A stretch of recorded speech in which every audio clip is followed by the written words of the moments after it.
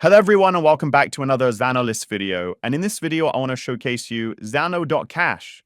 It's basically a merchant point-of-sale system run entirely in your web browser. And this also works on mobile as well. So as you can see, it's a very simple interface here. And you can obviously enter the amount that you want to charge, click checkout, and the user can easily scan to pay, or even copy to clipboard and send it on. It will also record all your transaction history, as you can see here, in fUSD or Zano. And you can, of course, export as PDF. It's very simple to set up. All you need is your receiving Zano address. So this is the funds that I want to receive in. And then here's the private view key, right? And that allows us to be able to view the transaction that has happened and then verify the transaction in real time. So as you can see, it fetches the price here of Zano. For this purpose, I'm going to be using fUSD as a test.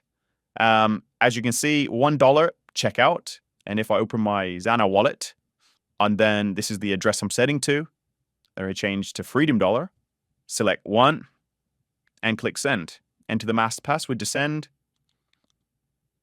And as you can see, the payment has been received, just like that. And if I click next payment, and as you can see, if I click this here, you can see that the transaction history has been recorded.